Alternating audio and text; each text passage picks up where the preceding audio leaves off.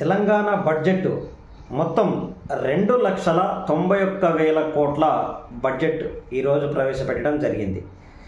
ఈ 2,91,000 కోట్ల బడ్జెట్లలో ఎక్కువగా ప్రాధాన్యత ఇచ్చినటువంటి రంగం వ్యవసాయము, దాని అనుబంధ సంబంధించినటువంటి పరిశ్రమలు కావచ్చు, ఇంకా ఏదైనా పౌల్ట్రీస్ వగైరా వగైరా.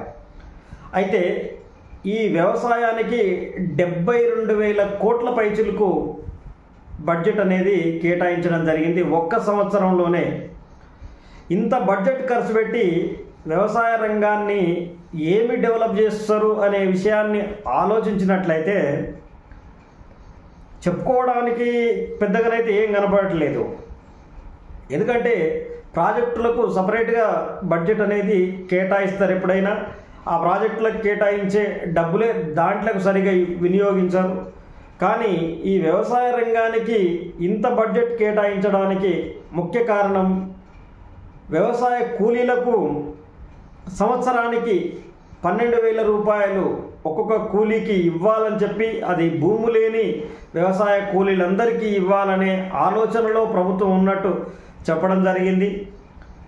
అలాగే రైతు బంధు, అదే రైతు భరోసా పథకాన్ని కూడా అమలు చేసే ఆలోచనలో ఉన్నట్టు మనకు అర్థమవుతుంది. అంతేకాకుండా వ్యవసాయ రైతుల కోసం బీమా ఉంది, ఆ బీమాని కూడా కంటిన్యూ చేసే పనిలో ఉన్నట్టు అర్థమవుతుంది. దీంతో పాటు వ్యవసాయ అనుబంధ సంస్థలు ఏవైతే ఉన్నాయో, పౌల్ట్రీ, చిన్న చిన్న పాడి పరిశ్రమ కావచ్చు, పాల దందా కావచ్చు, ఇటువంటి పరిశ్రమలకు ప్రోత్సాహం ఇచ్చే ఆలోచనలో ఉన్నట్టు కూడా ఈరోజు ప్రభుత్వం బడ్జెట్ ద్వారా మనకు అర్థమవుతుంది. అయితే బట్టి విక్రమార్క మాట్లాడుతూ చాలా విషయాలలో ఎలాబొరేట్ చేసి చెప్పడం జరిగింది ప్రతి విషయాన్ని. కానీ ఎట్ ది సేమ్ టైం మధ్యలా గత ప్రభుత్వం ఈ తప్పు చేసింది, గత ప్రభుత్వం ఆ పని చేసింది అని చెప్పడం జరిగింది.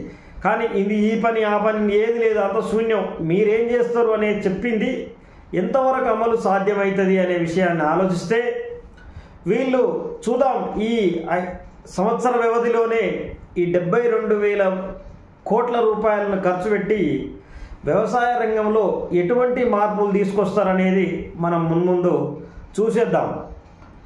ఒకవేళ ఇందులో రైతు రుణమాఫీ పోతే అదొక 30,000 కోట్లు ఎగిరిపోతుంది. దాంతోపాటు మిగతా రైతు భరోసా, రైతు బీమా, ఇటువంటి వాటికి కొంత బడ్జెట్ వెళ్ళిపోవడం జరుగుతుంది.